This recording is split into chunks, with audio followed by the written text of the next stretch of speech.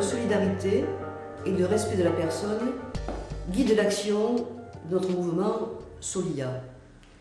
Cette action consiste notamment à permettre à des personnes en difficulté d'accéder à un logement autonome, décent, qui favorise leur insertion. C'est donc tout naturellement que Solia Méditerranée s'est investie dans l'accueil des populations réfugiées, en tout cas en ce qui concerne leur habitat. Et elle a pu le faire grâce à la compétence et à l'expérience acquise du pôle logement-insertion qui a fait depuis de nombreuses années ses preuves dans le domaine de la recherche de logements, de la captation de logements, de la sous-location de ces logements et de l'accompagnement social en ce qui concerne l'occupation de ces logements. Cette expérience a pu être mise au profit de ce dispositif qui consiste à fournir aux populations réfugiées un logement autonome qui permette leur insertion.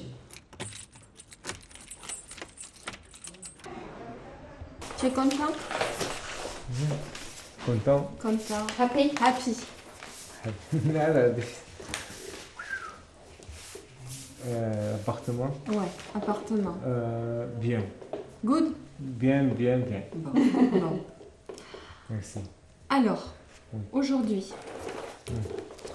on va signer les papiers pour l'appartement. Oui, Donc, Annick oui, va te parler en anglais oui.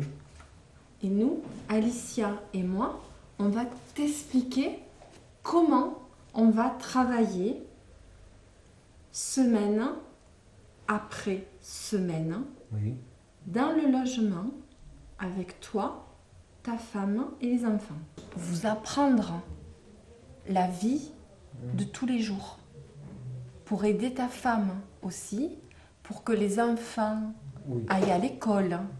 On va vous aider à vivre à Coursan. C'est le plus important, c'est la communication et la confiance, Emad. هي دابا بغات باش تعاونك مزيان خاص دائما الا كان شي ورقه جات عندك تعطيه تجيبها. Oui, oui, Voilà. oui, oui. Emad, tu as signé ces papiers. تسني من الورق. Là, on va signer un contrat éducatif. Le pôle social de l'association Solia Méditerranée est apparu dans les années 90, plus exactement en 98, lors de la création de la loi contre les exclusions.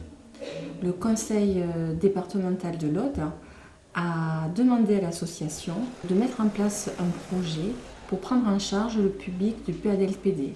Le PADLPD, c'est-à-dire les personnes les plus défavorisées, les plus vulnérables en termes de logement. Quelques années plus tard, la loi Besson a permis de mettre en place la sous-location.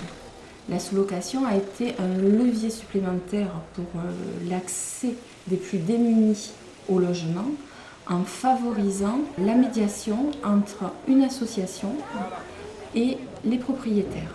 L'association loue à des propriétaires et on sous-loue à des personnes reconnues en difficulté. Il y a un suivi éducatif réalisé par le pôle social de Solia, le facteur d'insertion et le bail glissant. C'est-à-dire au bout de quelques mois, parfois de 2 années, le locataire peut rester dans le logement si tout va bien et on le met en direct. Ce dispositif qui est la sous-location, en 2009, suite à la loi Dallot, l'État s'en est saisi pour créer l'intermédiation locative. L'intermédiation locative on fait ensemble depuis combien de temps? Et nous, en ce qui nous concerne, ça fait 5 ans maintenant. 5 ans. Donc, voilà. 5 ans, vous êtes avec nous dans un dispositif de sous-location. Ce qui est intéressant, c'est que de toute façon, il y a une bonne collaboration entre nous, Voilà. une bonne communication, et donc on n'a jamais eu de problème. Il y a une super équipe et tout le monde va de l'avant, quoi. Oui, Tout le monde est dynamique, ça c'est extra. Moi je trouve que c'est un projet, c'est très très intéressant pour un propriétaire que d'être passé par une agence immobilière et de louer classiquement à des gens qui n'ont qui n'ont aucun problème, qui n'ont pas de... Non, c'est bien, j'aime bien. C'est passionnant. Voilà.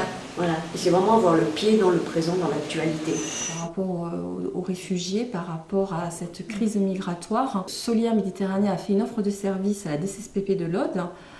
On a réfléchi ensemble comment accueillir ce public. C'est pour ça que désormais, depuis décembre 2015, un parc dédié aux réfugiés a été mis en place. Aujourd'hui, on pourrait se demander le rôle de la DDCSPP après avoir mis en place tout ce dispositif en lien avec les associations.